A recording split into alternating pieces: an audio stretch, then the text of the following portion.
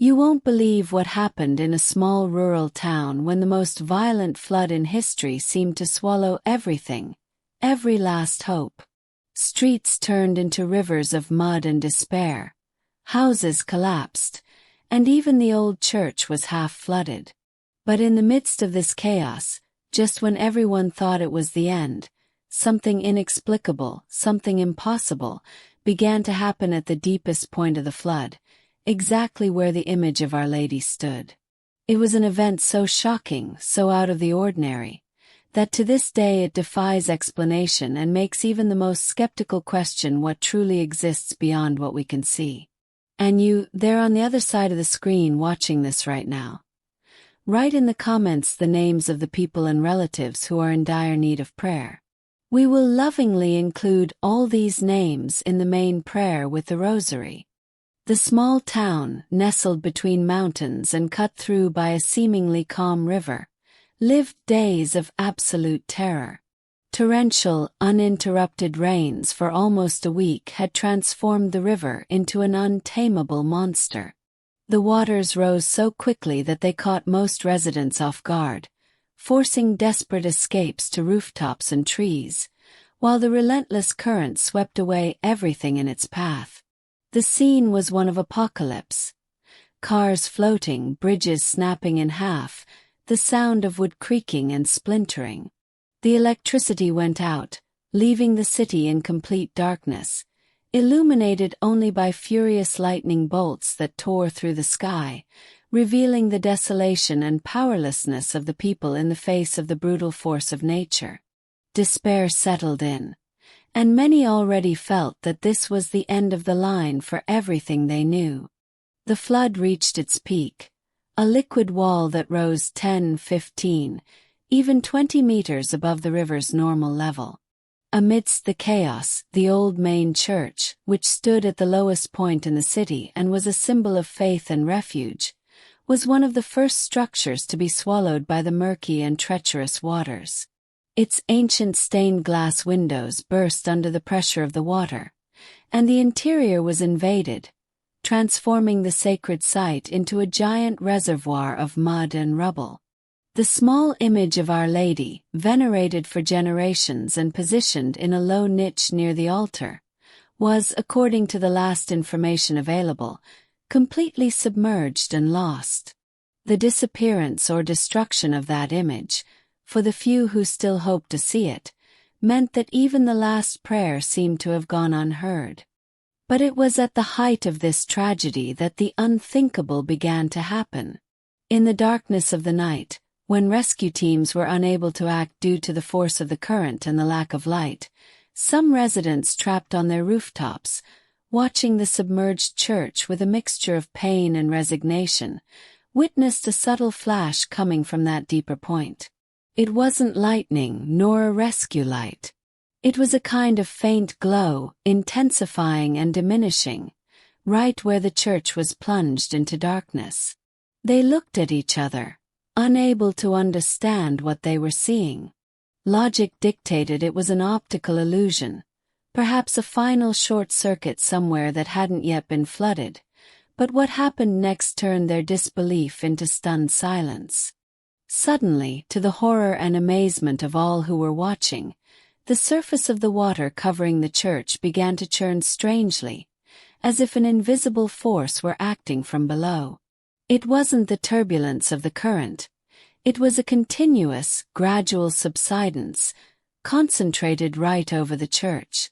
The water, which moments before had been an unshakable ocean, began to swirl gently around a central point, and before everyone's eyes, the overall flood level in the city began to recede noticeably, as if a gigantic drain had been opened from nowhere. The speed of the fall was astonishing, much faster than would have been possible under natural conditions, even if the rain had completely stopped. As the water receded in seconds, gradually revealing the church's roof and then its devastated walls, an even more impressive scene emerged. The brightness increased, revealing a kind of bubble of air and light that formed around the image of Our Lady, which was now visible in its niche. The incredible thing is that, while the rest of the church's interior was covered in mud, trash, and debris carried by the flood, the approximately 1 meter space around the image was perfectly clean, dry, and untouched, as if the water had never reached it. It was a sight both disturbing and holy. In the midst of utter destruction, a small oasis of immaculate perfection revealed itself, defying all laws of physics and reason. In the following days, when the waters completely receded throughout the city, leaving a trail of unspeakable destruction, the church became the center of attention. Teams of engineers and hydrologists from all over the country came to investigate, searching for a rational explanation. They analyzed the soil, the current, the geology of the region, the rainfall patterns. Absolutely everything. Yet, they could find no single plausible explanation for the speed with which the water receded in a specific spot or for the fact that the image and its surroundings remained untouched, without a speck of mud or any sign of moisture. Theories clashed, and the most respected scientists shook their heads, admitting that what had occurred there was far beyond their comprehension. It was a paradox, a freak of nature, an insoluble mystery that left an indelible mark on the memory of all who witnessed or knew of the events. The event forever changed the lives of the town's survivors. Some, strengthened by unshakable faith in what they considered a divine sign, dedicated their lives to rebuilding and spreading their beliefs. Others, shaken by the shock and lack of answers, further questioned everything they knew, seeking to understand a world where the impossible seemed to have manifested itself so starkly and truly.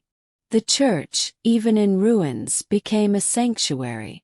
The untouched image became a symbol of hope and a constant reminder that greater forces are at work, capable of defying logic itself in moments of utmost despair. To this day, the story is passed down by word of mouth, and the town, despite having recovered materially, has never been the same spiritually. The echo of what happened continues to reverberate in people's lives, a shocking mystery that transcends time and understanding. This shocking story isn't just about a flood or a small town. It's a mirror for our own lives. How often do we feel drowning in our problems? In debt, in illness, in despair. It's in these times that faith seems the only way out, even when everything around us screams otherwise. This story shows the power of forgiveness, the importance of seeking inner peace when the world outside is in chaos. It reminds us to listen to more sermons, to not be afraid to truly convert our hearts and our lives. Because faith isn't just for comfort, but for transformation, even in the most impossible situations. It's about having the courage to look at the inexplicable and still trust. So, again, be sure to write in the comments the names of those loved ones you know need a special prayer. All names will be faithfully included in our main prayer with the Rosary. And you, what did you think of this impressive story? Have you ever witnessed or heard of something so powerful? What is your opinion on what we saw today? Leave your comment below. We really want to know what you think and what you felt. Your opinion is very important to us and to our faith community. If you were impacted by this revelation, please like the video, subscribe to the channel so you don't miss anything, and turn on the notification bell. There's a new shocking and revealing video every week, waiting for you. May God bless each of you greatly. Until next time.